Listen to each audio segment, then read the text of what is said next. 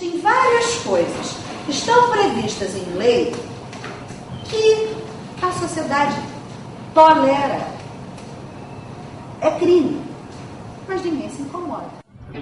Eu vou dar um exemplo que é bastante sensível, né, que afeta muito as mulheres no Brasil. É o exemplo do aborto. O aborto é criminalizado no Brasil. Né? No entanto, todas as pessoas nessa sala, se quiserem, podem saber aonde se faz um aborto, né? Clínicas, como se paga e tudo mais. Não está na cabeça das pessoas que isso seja crime. O cara que faz isso, ele não é bandido. Bandido é preto, pobre favelado, que assalta a gente na esquina.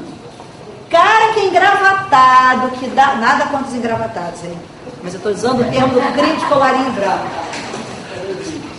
Primeira pessoa que foi estudar isso, estudou nos Estados Unidos na década de 50. E aí surge o termo crime de colarinho branco. No Brasil, os primeiros casos que começam a aparecer do ponto de vista jurídico, né, de condenação, são na década de 90. Na década de 90, a discussão sobre a corrupção, ela vai para um outro patamar. Ela passa a ter um patamar mais científico, e aí você começa a ter os primeiros estudos de caso, os primeiros trabalhos para analisar a corrupção em diversas instâncias. Mas, ainda hoje, não se estuda isso do ponto de vista empresarial. E muitas vezes a discussão continua focada no guarda da esquina. O cara que vai e não vê problema nenhum em dar R$10 para se livrar da multa, o que ele está fazendo? Está tolerando aquele problema. O que não tem nada de estranho se esse mesmo cara ficar indignado e for fazer um manifesto para tirar o Renan da presidência por corrupção. Não há nada de estranho. Do ponto de vista social, a mesma pessoa é capaz de fazer isso sem problema nenhum. Tá? Existe na discussão internacional hoje uma preocupação para tentar entender isso do ponto de vista da economia. E essa discussão internacional é diferente de como a discussão tem sido feita no Brasil. No Brasil, a discussão ainda está muito presa a uma dimensão moral. Então, o cara é corrupto porque ele tem uma moral deturpada. Uma outra discussão que a gente leva, que é a questão da herança cultural. Mas também fomos colonizados por portugueses, não nos resta outro destino. E um outro discurso presente na nossa sociedade acho que isso é um problema do governo. Aliás, o governo é uma entidade mágica no Brasil, não sei se vocês sabem, né? Ele é sempre o culpado de tudo. E exatamente porque ele é sempre o culpado de tudo, ele sempre terá a solução mágica para...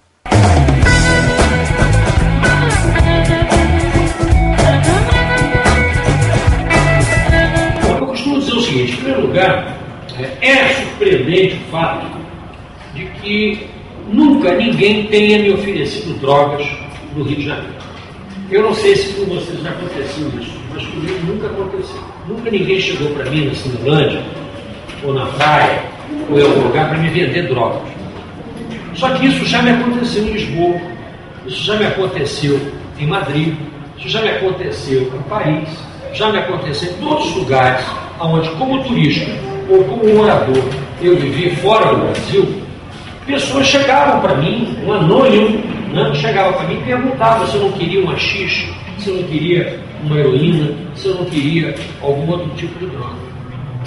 Então a primeira coisa que eu observei, que engraçado, por que nunca aconteceu isso comigo no Brasil, no Rio, ou em São Paulo? Eu viajo muito no Brasil, nunca ninguém, até como turista mesmo, num hotel em Recife, entendeu? Por que nunca ninguém chegou para mim e disse assim: vem cá, você já me ofereceram prostitutas, garotas de programa, já me ofereceram muitas coisas aqui no Brasil, mas drogas nunca ninguém me ofereceu. Então, essa é uma pergunta, eu sempre me pergunto por quê? Eu tenho uma resposta. Ou não? É que tem muito viciado, então ele precisa ficar gareando mais um cliente. É muitos que precisam mais chegar. Não tem mais viciado que os Estados Unidos, não tem mais viciados que o negócio. Ao contrário, eu acho que lá na Europa você tem mais. Na Europa, o que acontece é o seguinte, a repressão aqui é muito maior. A repressão a esses mercados é muito maior. Na realidade, se a polícia ocupar a favela, nós não vamos ter contingente policial para ocupar todas as favelas. Não existe. Se nós não envolvermos a comunidade dentro de um projeto social, a repressão por si só não vai conseguir acabar com isso. O problema nosso aqui no Rio de Janeiro, não é a existência de tráfico de drogas. O tráfico de drogas existe em todas as grandes cidades do mundo. O nosso problema aqui é como é que o tráfico se ligou a práticas violentas. Quer dizer, você tem efeitos de violência aqui no tráfico que não existem em outras grandes cidades do mundo. É essa que é a nossa questão. Então, quando a gente estuda esse tema, e eu estudo esse tema há muitos anos, né, a grande pergunta é essa: por quê? Por que o tráfico aqui produz tantas mortes, quando não acontece isso em outros lugares? Existe tráfico em todas as partes, em todas as grandes cidades do mundo, né? E não existe efeitos de violência tão fortes, tão agudos como aqui. Né? E nem também o conflito com a polícia chega ao ponto, né, de ficarem matando policiais, como acontece aqui. Por que chegou a esse ponto? Né? Como é que a coisa se deu? Se nós não entendemos isso, nós vamos continuar repetindo nossos erros, inclusive em outros mercados ilegais futuros que possam vir a surgir.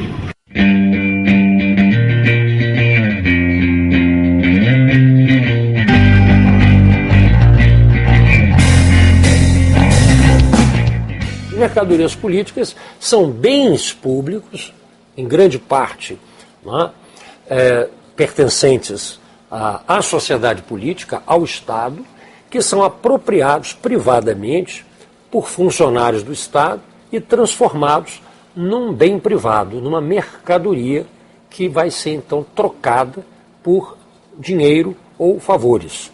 Essa mercadoria é política porque o seu preço, o seu valor, não é só determinado pelas leis do mercado. O seu valor depende de uma avaliação de correlação de forças, depende, portanto, de uma avaliação de poder entre as partes que estão fazendo a transação, né?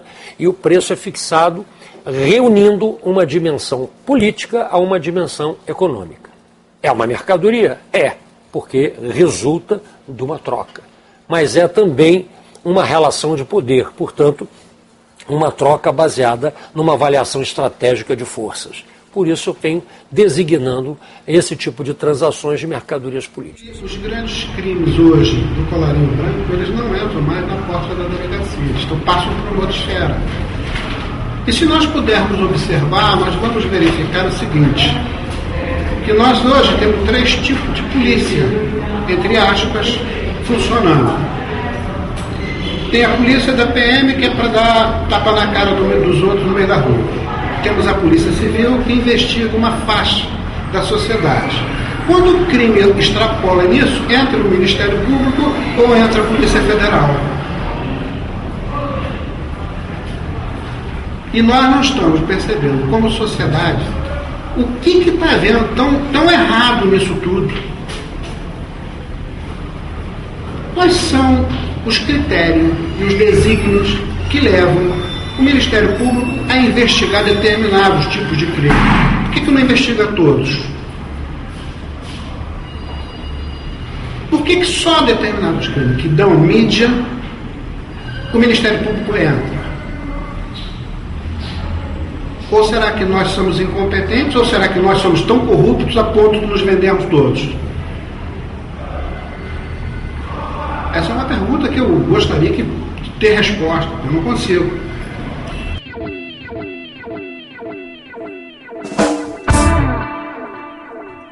Então, sou dentista, sou trabalhador, dentista, e já tive algumas experiências ruins com polícia e com bandido nunca tive nenhum problema, nunca fui assaltado, graças a Deus. E uma experiência ruim dessa foi voltando do trabalho, linha vermelha, fui parado, Foi revistado o carro, perguntou se tinha droga, arma, não tinha nada. E na hora de ir embora, vistoriado meu documento, estava com um documento legal e xerocado, autenticado pelo Detran, e foi falado para mim que esse documento não valia e que se eu queria que meu carro fosse revocado ou acertasse de outra maneira. Quer dizer, voltando do trabalho, cansado, querendo ir para casa, ver minha filha, ver minha mulher, e tive que passar por uma situação constrangedora dessa, tendo que dar R$20 pro sujeito, pro policial, poder me liberar para ir para casa. Isso à noite, escuro, num lugar deserto, e eu querendo ir para casa, realmente dei o dinheiro e passei por uma situação realmente constrangedora que não desejo mais passar. Então, realmente, quando sou parado pela polícia, em vez de me sentir seguro, me sinto intranquilo. Não há critérios para você aferir se as blitz têm sido eficazes ou não.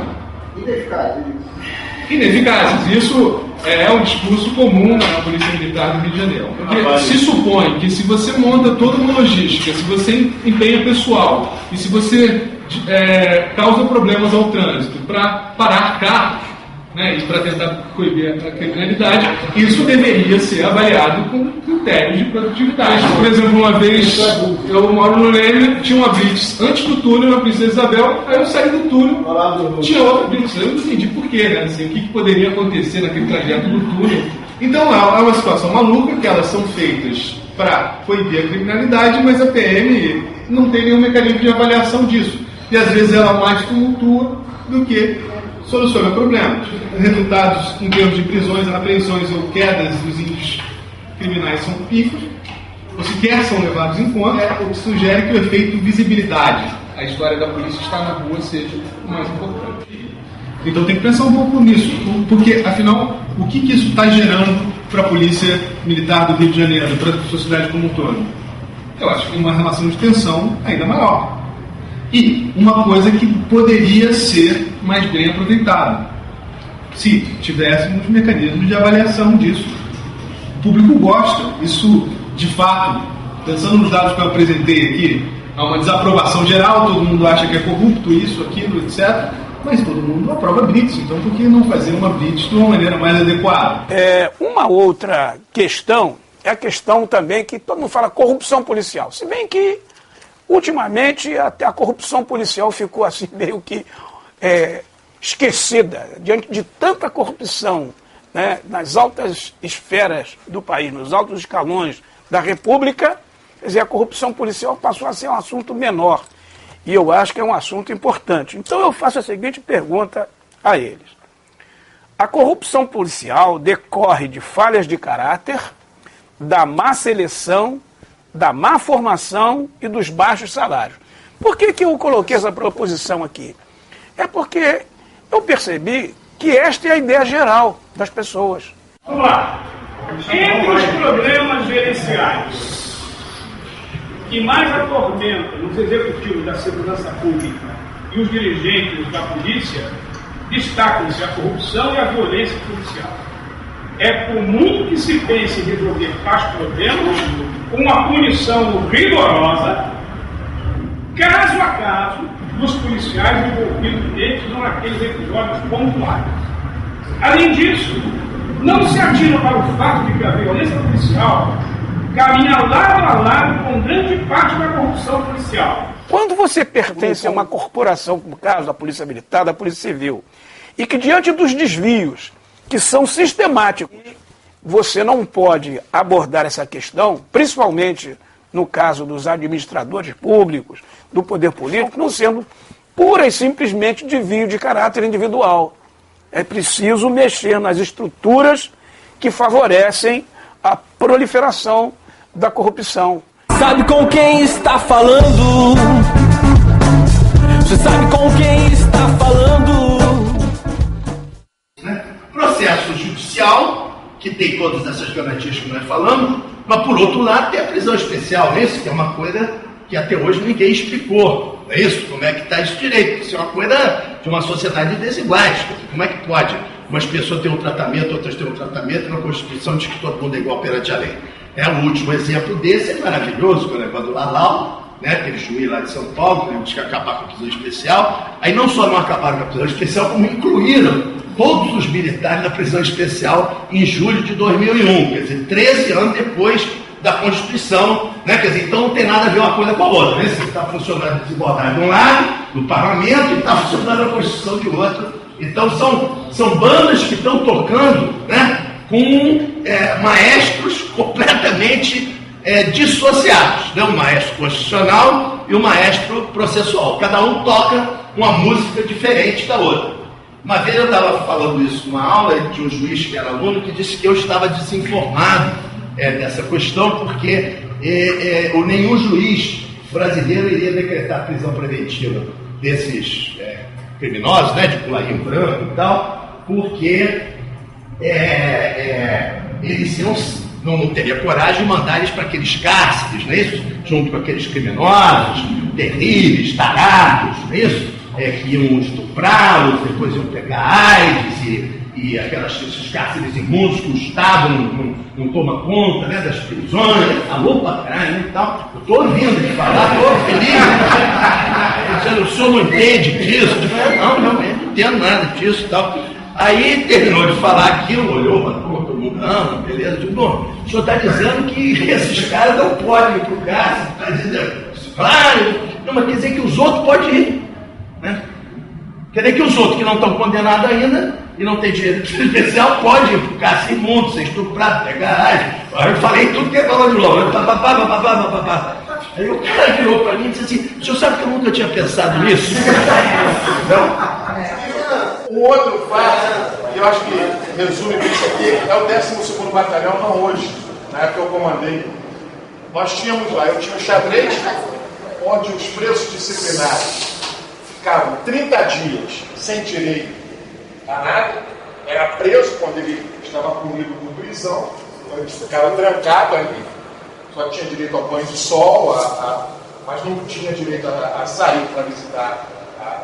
E eu tinha 10, se eu não me engano, 10 presos do INSS, inclusive um juiz, que tinham todas as regalias.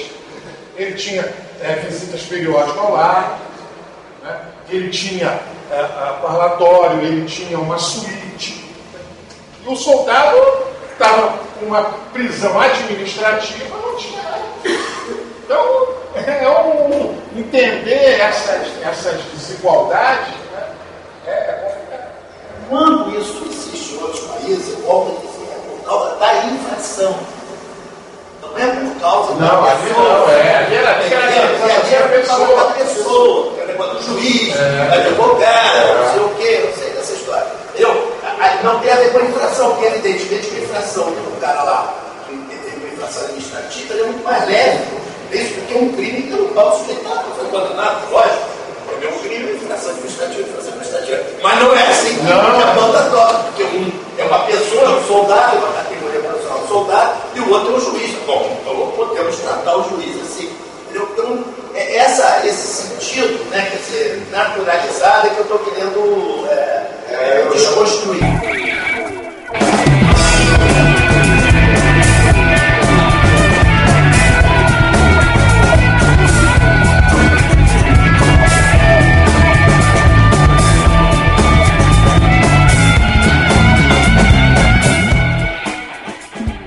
A dificuldade aqui de você lutar pelos direitos civis e pelos direitos humanos é exatamente como é que você pode compreender direitos humanos, quer dizer que todos os homens têm os mesmos direitos, se você acha que eles são desiguais juridicamente. Há uma confusão muito grande na cultura jurídica brasileira, na tradição jurídica brasileira, sobre a definição de direitos e de privilégios, né? Porque a ideia de igualdade na tradição jurídica brasileira está fortemente associada a uma ideia de igualdade entre os semelhantes e, portanto, de desigualdade entre os diferentes, né? Que é exatamente o fundamento do discurso jurídico, a famosa frase de Rui Barbosa, num discurso que ele pronunciou na Universidade de São Paulo, chamado Oração aos Moços, em que ele vai dizer que a regra da igualdade é tratar desigualmente os desiguais na medida que se desigualam. Quer dizer, ele introduz na ideia de igualdade a ideia de desigualdade, né? E essa questão se opõe completamente à ideia republicana, que é uma ideia que diz que como todos são iguais perante a lei, né, os diferentes merecem tratamento igual. Isso não é assim em outros lugares, né? Isso não é assim na França, não é assim nos Estados Unidos. O modelo jurídico burguês predomina na legislação. O outro fica por fora da legislação. Fica nas relações do dia a dia, não sei o que, onde tem tudo isso, essa prevalência, né, de importâncias e de tráfico de influência, o diabo, tudo isso. Mas não está na lei, né? Aqui houve uma juridicização desse modelo desigual e uma juridicização do modelo igualitário. Então, por isso aqui é mais, o caso do Brasil é tão interessante, quer dizer, do meu ponto de vista, né, para estudar, né, porque exatamente ele combina, né, juridicamente esses dois modelos. Entendeu? Quer dizer, como é que fica? Que o que você diz num parece horrível aos ouvidos do outro. É isso? Parece uma coisa sem sentido. Isso não faz sentido com direitos humanos. Pergunta, direito humano de quem? É meu ou é do bandido? É da polícia? Direito humano é da polícia ou direito humano do bandido? Quer dizer, como se fossem direitos da polícia, não pode ser do bandido, não é isso? Quer dizer, porque não são das pessoas. Você está pensando sempre em categorias desiguais, que a sociedade é composta de categorias desiguais. Como está o dente da moçada aí? Bastante trabalho. Muitos chegam aqui sem nunca ter ido no dentista. É verdade, ainda agora eu acabei de atender um que foi a primeira vez que veio aqui. Primeira vez na vida que é um dentista.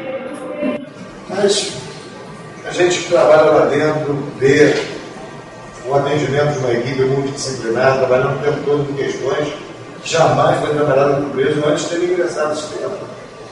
Questões de ordem familiar, questões psicológicas, atendimento odontológico, a gente sabe que o cara nunca teve isso aqui fora. Quer dizer, às vezes eu me questiono diante da ideia que se tem, né, do preso aqui não ter direito a nada. Porque nós que trabalhamos, muitas das vezes, ficamos como refém de uma série de direitos que o preso tem dentro do sistema prisional. Mas isso é paradoxal, né? Porque o cara realmente perde os direitos dele, tá como cidadão. E o que é horrível constatar é que às vezes o cara só tem direito a determinadas coisas quando ele é preso. Então, assim, o cara passou a vida inteira sem ter direito a nada, ele tem que ser preso para conseguir um mínimo de existência, sabe? Subsistência. Verdade. O que provoca uma reação paradoxal, que a gente não consegue entender se é uma universalização dos direitos. E em segundo lugar, aquela famosa frase, né? Tem cama, comida e roupa lavada. Então, o sujeito nunca teve isso, né? Nunca foi de lugar nenhum, né? Ou seja, voltamos para o mesmo lugar, voltamos para o fato de que por que não há esse mínimo de direitos civis? E por que o direito de ir e vir, por exemplo, que é um dos fundamentos do direito, não há esse direito, né? A gente está cansado de esse exemplo, não sei se vocês conhecem, eu conheço vários. Pessoas que moram não só lá em Nova Iguaçu, de Caxias, São João de Político, etc., como pessoas que moram aqui no Rio e que não podem se deslocar por falta de recursos. Então, na verdade, esse direito mínimo, né, que teria que haver de ir e vir, elas não podem exercer por falta de absoluta, só se for andando, mas se for andando, aquela história, né? A polícia vai pegar no meio do caminho e tal, se tem um cara dentro fazendo nada e tal, vai sandália de dentro, trechote, sem camisa, de Caxias não vai chegar no Centro Cultural Banco do Brasil nunca, isso é nunca, sabe? Nunca. Então, por que não há esses direitos mínimos universalizados quando toda vez que isso acontece, quer dizer, toda vez que você coloca uma política em que as pessoas vão ter acesso aos direitos mínimos, o que acontece com o resto da sociedade? Bom, esses caras são os privilegiados, porque eu não tenho. Então, como é que o cara tem? Quer dizer, como assim ele é preso porque ele feriu de alguma maneira a ordem social, etc., né? Um bandido, sei lá, né? Então, e ele vai ser privilegiado? Não, esse cara tem que sofrer. Porque ele for para lá para ser castigado de alguma maneira, não é para ser privilegiado, para consertar o dente. Então, essa situação, né, ela cria esses paradoxos. Quer dizer, que na hora que você leva os direitos, eles viram privilégios em relação às demais camadas da população, inclusive aos próprios carcereiros, aos próprios agentes penitenciários, que muitas vezes se sentem preteridos, tem uma tese do Pedro Botelho aí, sobre os agentes penitenciários, é contra os agentes penitenciários, sobre, entendeu? Então, muito interessante, porque aparece isso no discurso das pessoas, né? Porque Porque parece que o cara ganhou um prêmio. Quer dizer, então você chega à ideia paradoxal do Brasil que quem tem direitos civis é o privilegiado. Quer dizer, então é um troço complicadíssimo. Né? Porque, na verdade, esses direitos eram para todos. Isso não é nem para os cidadãos brasileiros só, é para todos. Como o colega disse aqui, todos teriam esse direito. Pois não, você quer falar? Não, eu acho engraçado que dar esses direitos em tese, né, a gente fica impressionado, mas se você for ver a realidade penitenciária, prisional no Brasil, quando se dá qualquer direito para ele, o preso já está aniquilado na dignidade dele, como ser humano, né? Então, qualquer direito que você dê para ele, um ser humano aniquilado, é capaz de restaurá-lo. Né? Você pega ali uma cela lotada, o preso tem que alternar para dormir, né? A maior parte fica em pé, quem tem mais poder dentro das falanges ali consegue ficar mais tempo deitado, o resto está mais tempo em pé, tem que fazer as necessidades fisiológicas na frente de todo mundo. A gente não tem uma realidade única, vocês têm realidade em que, tudo bem, agora pode não ser assim, alguns sistemas prisionais, mas essa não é a realidade do país inteiro.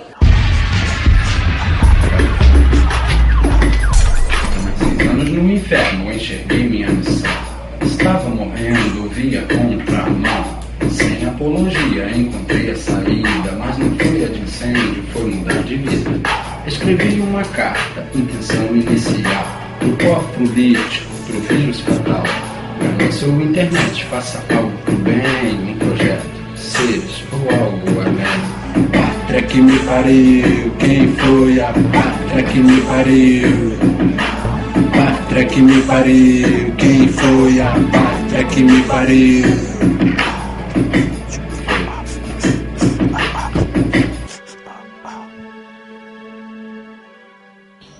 A prisão, ela historicamente, ela foi feita, segundo Foucault, para, além de excluir, ela produzir uma identidade para esses excluídos.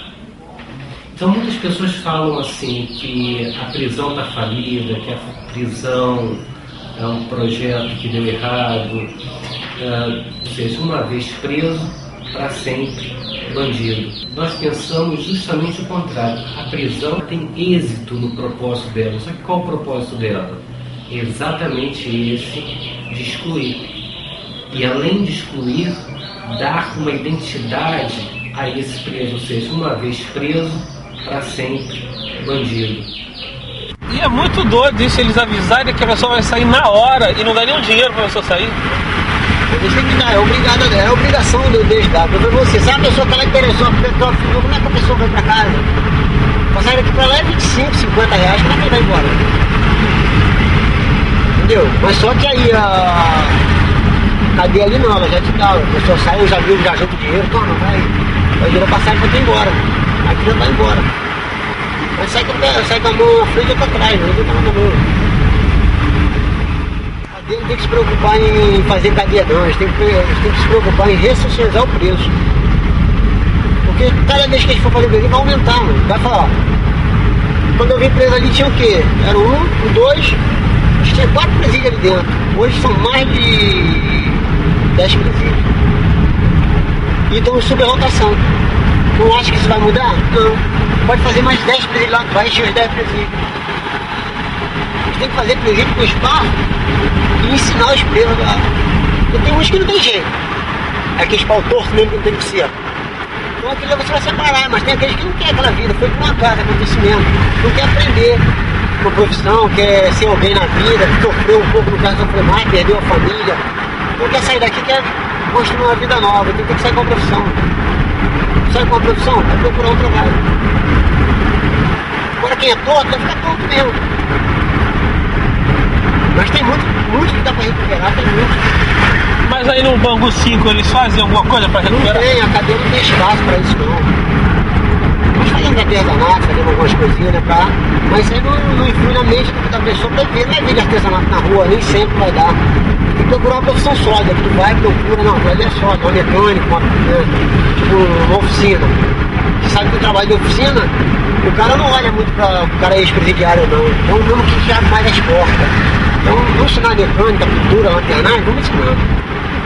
Dentro da cadeia, as pessoas estão totalmente confinadas, não é isso? suspensas de seus grupos sociais, desterradas, desterritorializadas, portanto desprovidas da sua identidade, razão pela qual toda e qualquer cadeia, por princípio, violadora, não necessariamente violenta, mas ela é violadora da condição de sujeito, gente. Razão pela qual a oportunidade de ressocialização é baixa, ela pode ser um discurso, mas a capacidade dela se realizar na prática é muito limitada, em razão do mecanismo pelo qual a cadeia se constitui, né? Pode ser minorada, mas ela em si ela é a destituição do sujeito, da individualidade, dos valores. Mas mesmo ali naquela situação onde eu sou obrigada a ficar olhando para a tua cara. Eu escolhi você para ser meu amigo? Eu escolhi você para ser meu parente? Você pertence ao meu grupo social? Não. O que temos em comum? Estamos no mesmo cilindró. Correto? Então nós vamos ali o quê? Recriar os vínculos sociais, estabelecer, né, um novo conjunto de regras, uma hierarquia, chamada lei do cárcere, né, lei da massa, lei do coletivo, e ali vão estabelecer regras. Enquanto eu estiver comendo, não vai usar o boi, não é isso? Quem é o frente de cadeia? E começa a reorganização societal naquele ambiente inóspito, cuja pretensão era levar o indivíduo à sua total destituição e isolamento, para que depois ele reingressasse nos grupos sociais. Só que ali ele constitui um novo grupo social, porque nós somos animais sociais. Tá? Um outro movimento que pode gerar uma ilegalidade, segundo Foucault, é... Aí ele está tratando claramente da prisão, quando ele analisa o quanto a prisão é uma fábrica de delinquentes. Então você prende o cara por uma coisa e ele se transforma, aí sim, num pós-graduado, né, em crime. Então você tem o Estado agindo, então o Estado agiu para combater uma ilegalidade, mas nessa ação que o Estado tem, ele produz outra.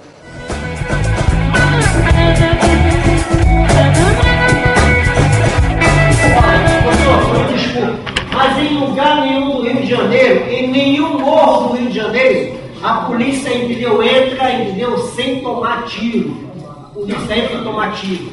Em lugar nenhum do Rio. Isso não é diferente, isso não existe lugar nenhum. Mas a culpa não é minha. Mas a culpa não é minha, a culpa é do Estado, a culpa é de todos nós. A culpa é de todos. Agora dizer que ele estava analisando o modo, não está não. Caraca, excepcional. Eu peço a vocês, vamos fazer conta aqui, não é? Que nós aqui não temos nada a ver com isso. Vamos analisar isso com tranquilidade. Entendeu? Porque senão a gente entra numa discussão do tipo, a culpa é sua, não é minha. Eu estou me defendendo, ninguém está acusando ninguém aqui. Sabe por que nós estamos tentando entender os problemas? Você sabe por que tem manifestação de alguns setores da comunidade contra a utilização do golpe nas favelas e operações? Você sabe por quê? Porque agora só o lado de lá está sofrendo. Porque quando a gente entrava sem uma proteção, o lado daqui sofria bastante. Agora só o lado de lá é que é tombado. Porque eles atiram de tudo que é jeito e não é atingido. É só por isso. A primeira coisa que vem na tua cabeça é que você vai morrer. E na minha cabeça, quando eu pensei isso, eu digo, eu vou, mas não vou sozinho, eu vou levar eles comigo.